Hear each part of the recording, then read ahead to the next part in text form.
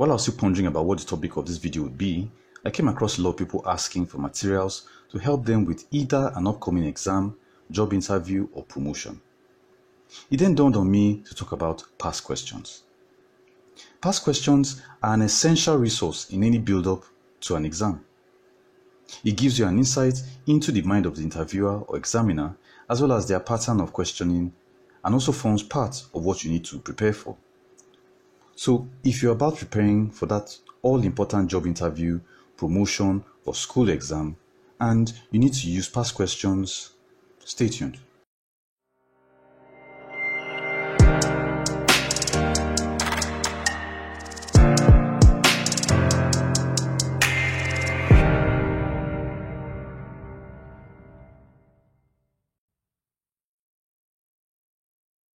Hi guys, you're welcome to Dental Storm. In this short video, I'm going to give 5 important tips on how to use past questions. And as I said at the beginning, whether you're looking for a new job, preparing for a school exam, or gearing up for a promotional assessment at work, this video is for you. Let's start. Tip 1. Gather the past questions. This is probably the most important first step. If the past questions are dated, I would advise you to get 5 to 10 years worth. Going this far back in time will definitely help you to build a bank of questions to use and practice with. However, it is essential that you actually gather these past questions. Please don't delay or procrastinate. Tip number 2. Sort and organize them. Having gathered all the past question papers you need, the next thing to do is to sort them. This could be done either by year, subject, or title, and would require approximate labeling for easy and quick identification as well as retrieval. Next is the organization. Creating that perfect synchrony between the subject, title, and summary of each question with the year and month the paper was written is an ideal organizational strategy. Furthermore, placing all this in a notebook would make it much easier for you to coordinate with your past question paper while you study. You won't always need to look at the question paper itself. This is the result of proper sorting and organization. Tip number 3. Check for a pattern. Look, let me be frank with you. At times, there are themes to exams. This could be noticeable across questions from various subjects. It merely takes a keen eye and an in-depth understanding of each question. Thereafter, the theme which you have now discovered is then assigned to the question. Once you've done this, a comparison of themes across several years should be done to check for a pattern. If there's a pattern, what's the frequency?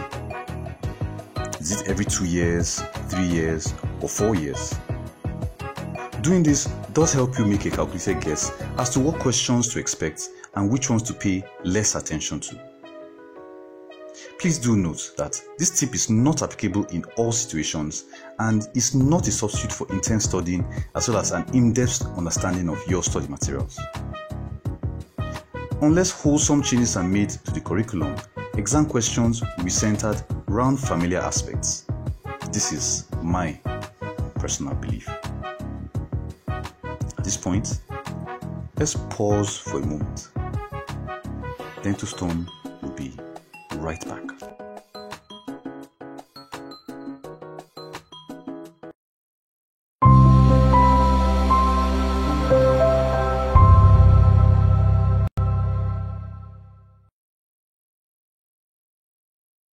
Welcome back. Another tip to using past questions is to practice answering the questions. It is imperative that you select questions, answering them correctly and in the right order using appropriate outlines following due consultation.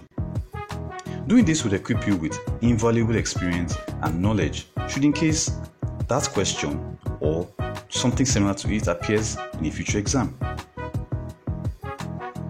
The 5th and final tip is keep written answers for future retrieval.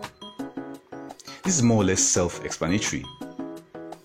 After you've written out your answers, it does make sense to keep them where you can easily retrieve them, especially weeks or days to your exam.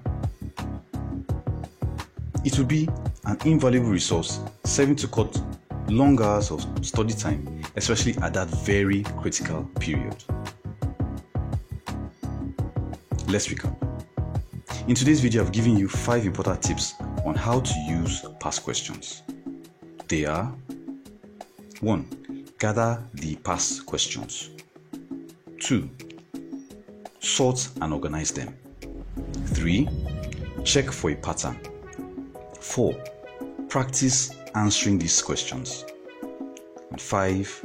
Keep written answers for future retrieval.